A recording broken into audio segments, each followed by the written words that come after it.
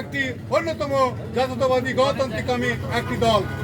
বাংলাদেশে আজকে শেখ হাসিনা ওয়াজেদ যা কিছু করে গেছেন সব কিছু অবৈধ। ওনার মেয়েকে অটিজমের যে প্রধান করেছিলেন উনি অরিজিনালি হলেন নাগরিক, কি বলে কানাডার নাগরিক, অথচ উনি এখান থেকে কোটি কোটি টাকার অবৈধভাবে সে বেতন নিয়েছেন। এমনিভাবে তার ছেলে জয়কে সর্বোচ্চ বেতন দেওয়া হয়েছে। আজকে শেয়ার বাজার লুট করা হয়েছে, অর্থনীতিকে ধ্বংস করা হয়েছে, আজকে বাংলাদেশকে শেষ করে দেওয়া হয়েছে। সেই জন্য প্রিয় ভাইয়ের আমার একটি কথা মনে রাখতে হবে, এই দল শহীদ জিয়াউর রহমানের বড় দল, এই দল স্বাধীনতার ঘোষক প্রেসিডেন্ট জিয়াউর রহমানের দল। সুতরাং এই দলে কোনো ফ্যাসিস্ট, কোনো স্বৈরাচার, কোনো চাঁদাবাজির কোনো রকম আশ্রয় প্রশ্রয় নাই। কারণ শহীদ প্রেসিডেন্ট জিয়াউর রহমান ছিলেন একজন সেনাবাহিনীর দক্ষ, চৌকস এবং সৎযোগ্য একজন অফিসার, যিনি এদেশের দায়িত্বভার গ্রহণ করার পরে উনি এই দেশকে স্বয়ংসম্পূর্ণ করার জন্য 19 দফা কর্মসূচি বাস্তবায়ন করেছিলেন, যার মাধ্যমে আজকে আমরা এই যে বিদ্যুৎ পাচ্ছি, আমরা আজকে তার মাধ্যমে আমরা আজকে রিধান আবাদ করছি। এই রিধান আবাদ কে নিয়ে এসছে? জিয়াউর রহমান সাহেব নিয়ে এসছেন। আজকে আওয়ামী লীগের ভাইরা চাই তখন একজন বসলে 10 জন বিএনপির লোক থাকলে সেখানে কথা বলার সুযোগ পায় না, কারণ তাদের গলা এত বড় যে তারাই দেশটা মনে হচ্ছে স্বাধীন করেছে শেখ মুজিবুর রহমান। কোথায় ছিল শেখ মুজিবুর রহমান স্বাধীনতার সময়? কোথায় ছিল আওয়ামী লীগের নেতারা? ইন্ডিয়াতে বড় বড় হোটেলে তারা আনন্দ করছিল।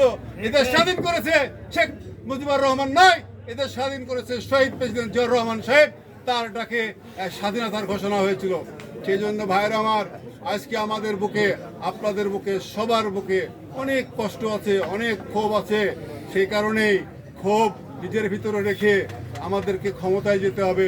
তারেক রহমান সাহেব লন্ডন থেকে বারবার বলছেন যে এইবারে নির্বাচন হবে অত্যন্ত কঠিন এবং চ্যালেঞ্জিং নির্বাচন। এর পিছনে কারণ আছে। এইখানে একজন বক্তা বলে গেছেন, আমার ছোট ভাই তফি, যে আজকে আওয়ামী লীগের মানুষ বিএনপির মিছিলে ঢুকে বিএনপির মিছিল করছে। আজকে এজাহারভুক্ত আসামি আজকে বিএনপির কোলের ভিতরে যায় আশ্রয় নিচ্ছেন।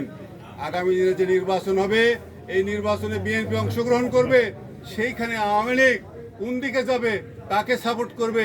জামাত ইসলাম আজকে এলোমেলো আওয়ামী লীগের সাথে আঘাত করার চেষ্টা করছে। সুতরাং বিভিন্ন কারণে আগামী দিনে নির্বাচনটা অত্যন্ত চ্যালেঞ্জিং।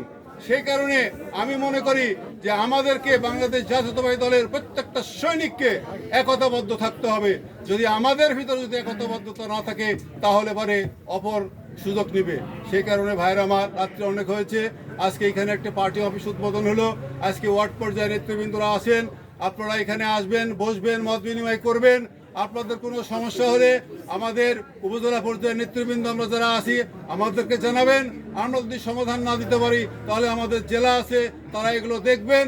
এবং ইনশাল্লাহ একটা জিনিস সবসময় মনে রাখবেন, মনকে দৃঢ় করবেন, শক্তি ধরবেন, যাতে আগামী দিনে এদেশে এবং বাংলাদেশের মাটিতে আওয়ামী লীগ আর কোনোদিনও আসতে পারবে না এবং আওয়ামী লীগের কোনো স্থান এই দেশের মাটিতে হবে না। আওয়ামী লীগ চিরদিনের জন্য বিদায়, এই দেশের মাটিতে আর কোনো স্থান হবে না। সেই কারণে ভাইয়ের আমার, আপনারা উত্তেজিত হবেন না, আপনারা শান্ত হন এবং তারেক রহমানের কথা মতো আপনারা নির্বাচন পর্যন্ত ধৈর্য ধরেন এবং নির্বাচনকে বাংলাদেশ জাতীয়তাবাদী দলকে জয়ী করে তারপরে আপনাদের অনেক আশা আকাঙ্ক্ষা আছে।